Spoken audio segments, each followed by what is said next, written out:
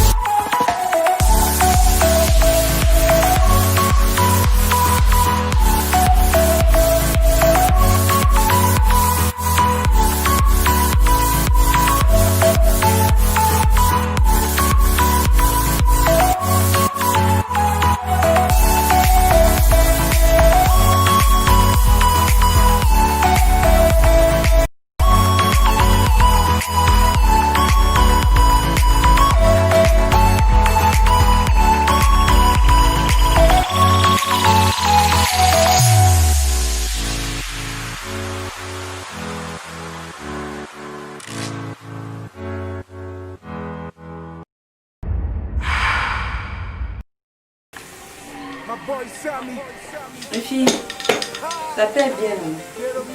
Vous avez bien dormi comme moi. Je pense qu'on doit se concentrer. C'est maintenant que les vraies choses vont commencer. Moi, je t'ai un peu serré, j'ai pas dormi. Comme je voulais, mais bon. De toutes les façons, c'est pas ma maison. Hein. Mais on s'attrouve les noms pieds, elle dort mal. Je le donne un peu mal. Elle ouvre les pieds comme ça. Non, je pliais les pieds pour ne pas vous déranger. Tu mets les pieds comme ça. Jamais je Si. Non, je dors complètement. Non, je dors ordonné, je dors ordonné. Je passais mon temps à te pousser, à te pousser. Verbalise les femmes, leurs bêtises et leurs bisous. Tu es mélancolique, moi j'ai la carte assise. Je voulais être un poète. T'as musique à code radio. Il faut que tu restes sous la couette. Tu peux laisser ma blanchie là-bas. Mes musiques, mes tirs, me prend la tête. Moi j'ai envie de mettre la ceinture. Je mets la ceinture. En film, non. En film, ça J'aime comme moi, lui. En fait, un fil en côté, tu laisses le. Un film, c'est comme moi. Une ancienne yoyette. Non. Pourquoi non? Elle a fil en côté. Tu mets la corde sur le lit.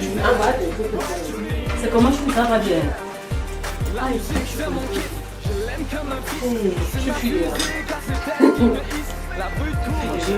Chacun porte sa croix. en compétition peut-être. Le petit, je recommande le café.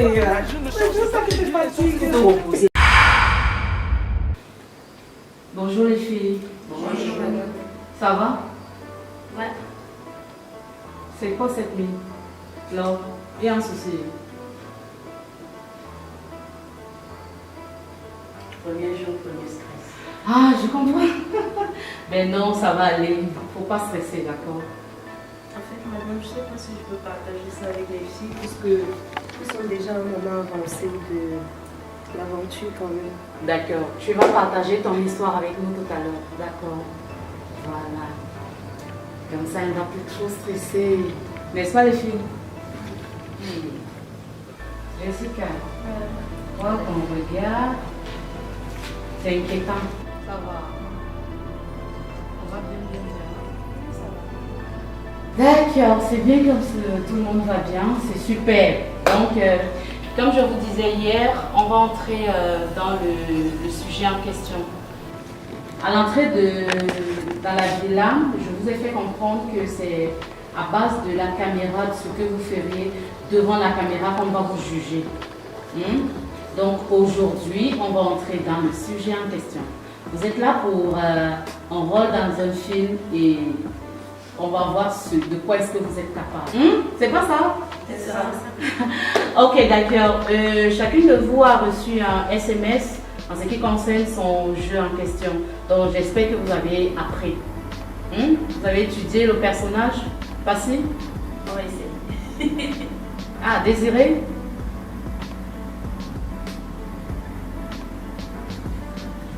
Pardon? C'est grave. Ah, c'est vraiment grave. Ça veut dire que ce que Désiré va nous proposer tout à l'heure, ça serait grave. Ah, j'aime ça, Désiré, c'est super. Donc, je vais commencer par notre sœur, Laure Efa.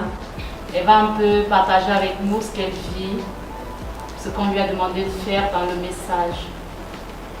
Laure.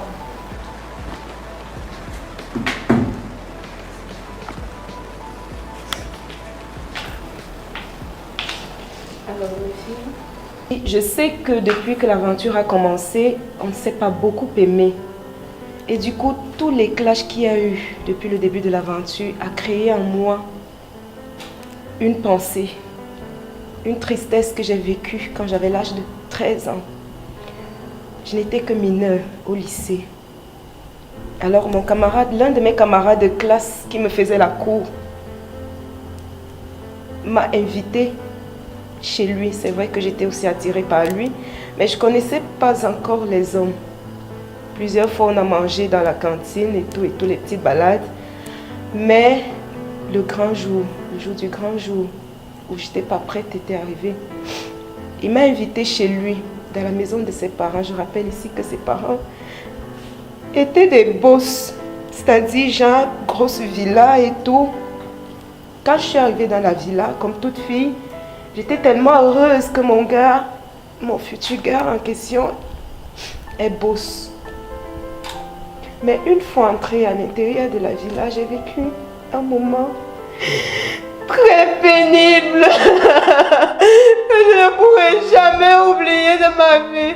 Parce que ça détruit mon organe féminin.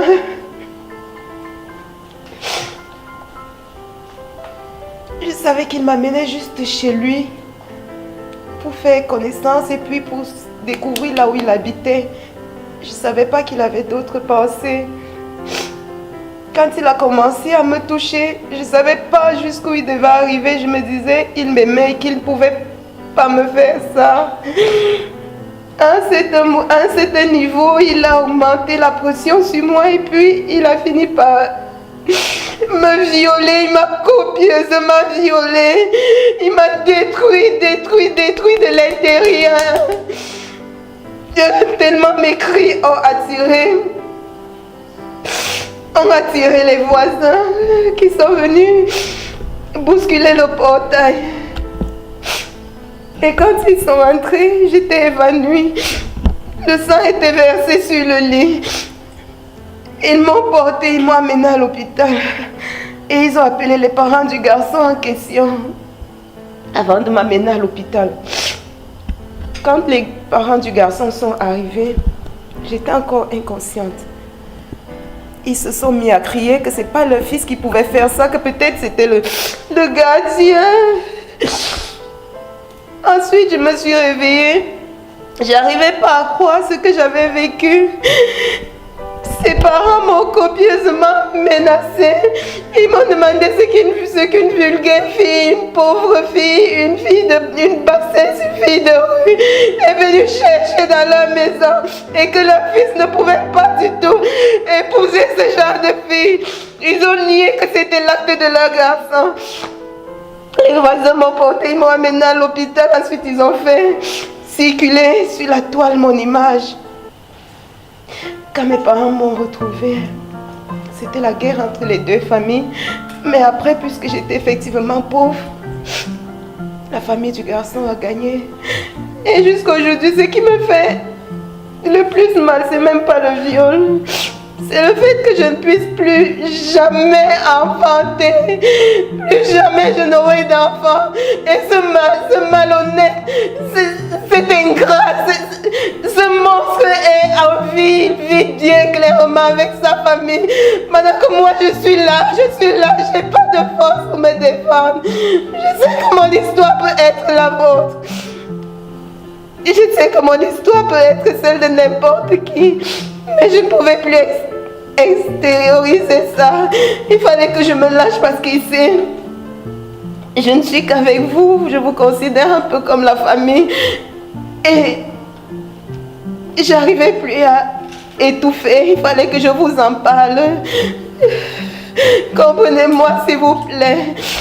Je ne sais pas s'il y a l'une d'entre vous qui peut m'apporter une aide. Sachant que ici nous avons formé une famille et que certainement l'une d'entre vous peut avoir un parent, qu'il soit colonel, qu'il soit commandant ou qu'il soit quoi que ce soit pour lui qu'on m'apporte une...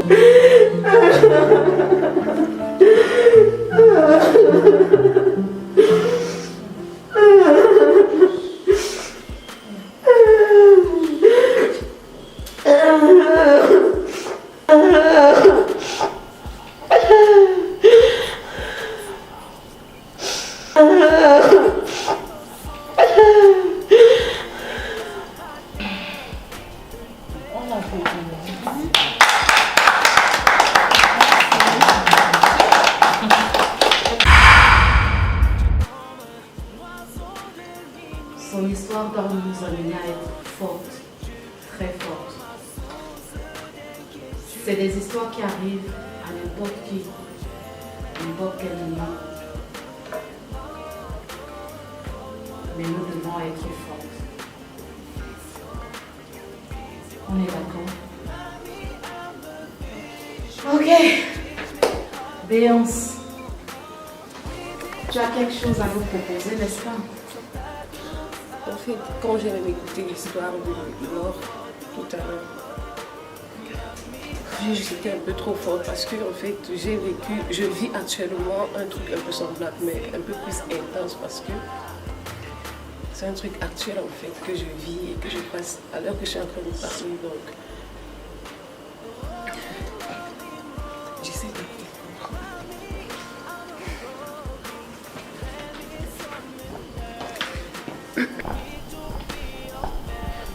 Bonjour les filles.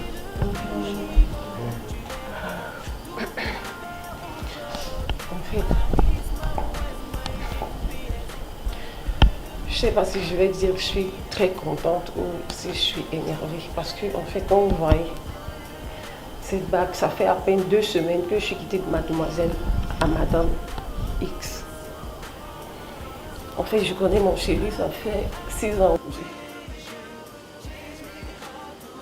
On a passé de bons moments pendant ces 6 ans. Tout allait bien, on s'entendait bien. Il s'est déplacé. Il a quitté le pays.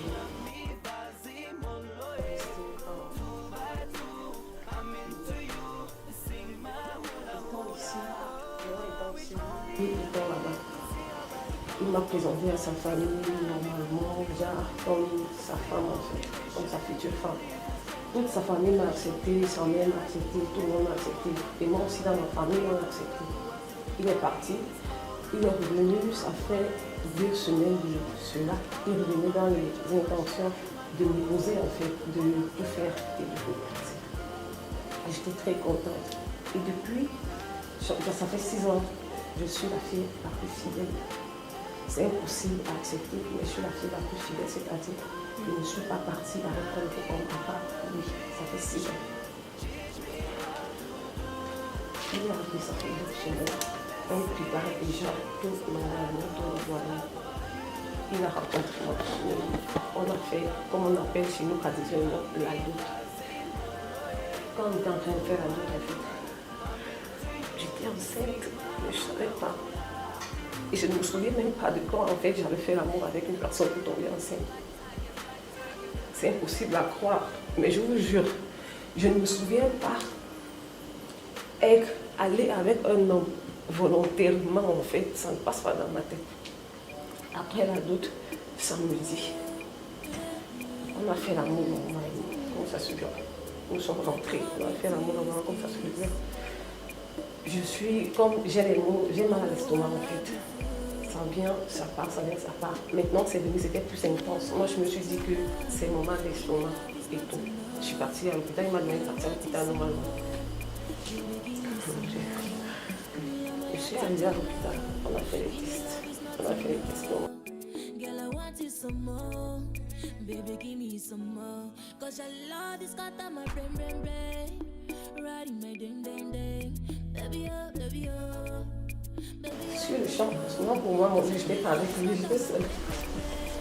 J'ai demandé au docteur si c'est mon test ou bien c'est pour une autre personne. On m'a dit que c'est pour toi, qu'on vient de faire le test et que je suis enceinte en fait.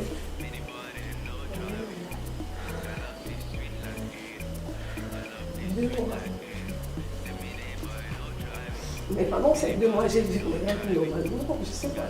Pendant ces 2 mois, j'ai vu mes règles normalement. Quand j'ai pris le test, je ne savais pas si je devais crier ou pas crier. Je suis rentrée, mon mari m'a demandé les résultats. Qu'est-ce qui s'est passé? Je devais dire quoi? En fait, je devais dire quoi? Que je suis enceinte, il vient d'arriver. Je devais dire quoi? Je sais pas. J'ai dit jusqu'à aujourd'hui que je n'ai pas encore de test. Et jusqu'à présent, quand j'essaie de revoir, je suis enceinte en fait, de son oncle. Comment? Attendez, je vais pas ne me jugez pas, s'il vous plaît, ne me jugez pas. Ne me jugez pas. Parce que je vous ai dit, quand mon mari n'était pas là, étant à l'étranger, je partais souvent rendre visite dans sa famille. Un jour, je suis arrivée. Non, je partais rendre visite à ses parents, normalement. Un jour, je suis arrivée et il y avait sa soeur qui était en train de me soutenir. Non, c'était pas une histoire de sérieux. Ouais, sa soeur était en train de soutenir. On a travaillé comme une belle fille. On a travaillé tout le soir. Il y avait la fête et le vin. Je pense que j'ai pris un verre de plus. Tu n'as rien ressenti. Accusé toujours aux gens. J'ai pris un verre de plus. J'ai rien ressenti. Mais le lendemain, en fait, du jour de la fête, je me souviens m'être retrouvée sur le lit de sa mère, pas de son nom, de sa mère. C'est comme je reste maintenant et j'essaie de voir. Je vois en fait que ça veut dire qu'il a fait ce qu'il a fait. Je ne sais pas si je vais dire qu'il a abusé de moi. Et je ne sais pas, parce que mec, ça grandit dans la chambre de sa mère ou je ne sais pas. Là maintenant, je commence comment je vais dire quoi à mon mari, je suis enceinte de qui, comment et... Merci. Je cache le nombre de moi. Merci. Et je lui dis que c'est son enfant en fait. Je ne sais pas si je peux vivre dans ça. Maman, merci beaucoup. Mais tu vas vivre avec. Attention.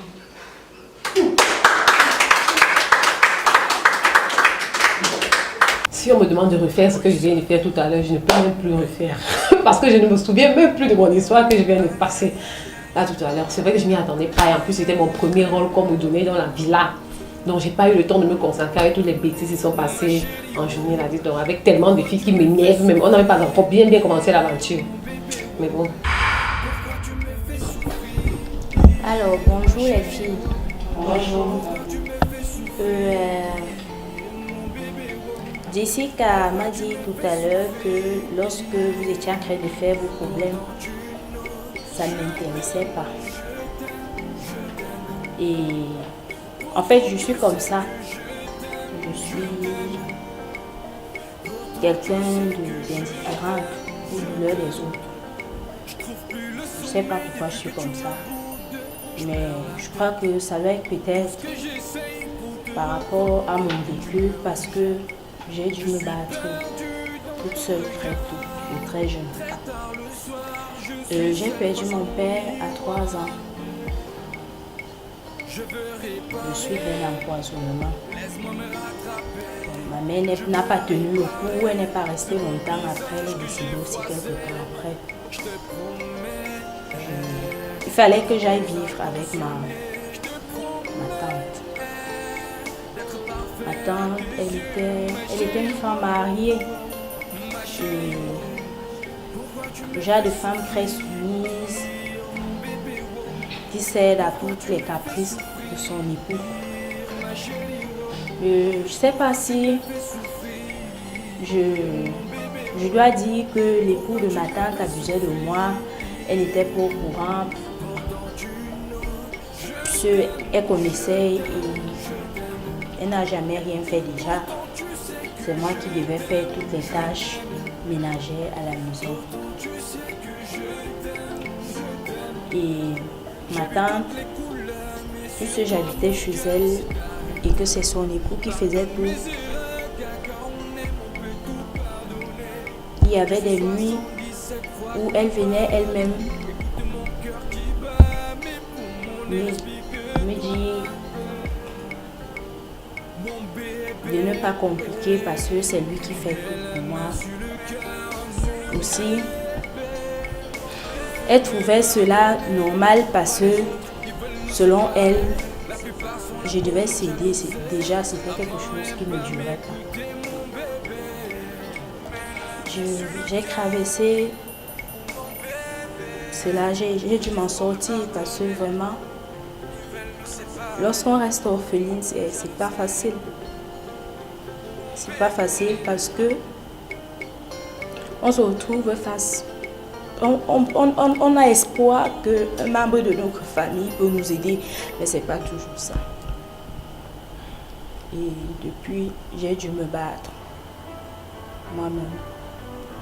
Et ça m'a rendu amère comme personne. Je sais pas. Des fois, moi-même, je ne me reconnais pas. Je n'étais pas comme ça. Et je sais pas, je peux pas changer, je suis comme ça, je suis devenue comme ça.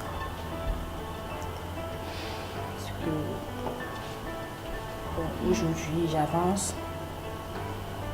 Et j'essaie de rester positive et d'oublier tout ce que j'ai vécu parce que je ne peux pas changer ma situation. Et même si je me lamente, personne ne viendra à mon secours.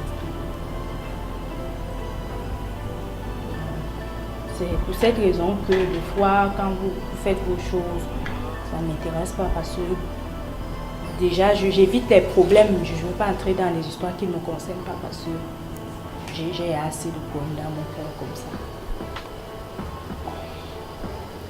Et c'est pour moi, vraiment,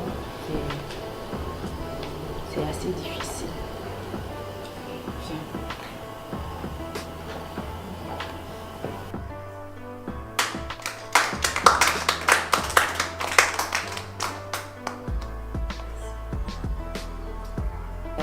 Elle, c'est pour moi un challenge parce que c'est quelque chose de nouveau et puis ça m'apporte beaucoup, on apprend de bonnes choses ici et j'espère que ça va me servir plus tard et j'espère que vous avez aimé mon interprétation. Et Jessica, tu as certainement quelque chose à nous proposer. On t'écoute.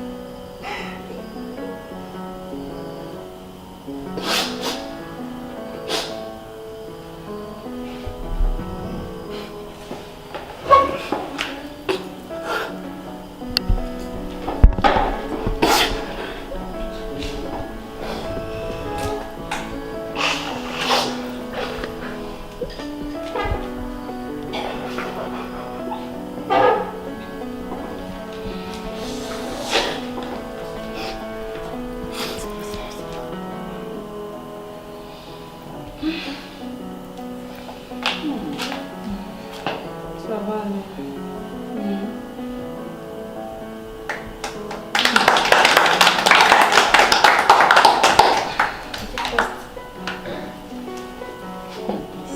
Ok, super. Arriveront-elles à vivre ensemble dans cette vie-là? Rendez-vous au prochain épisode.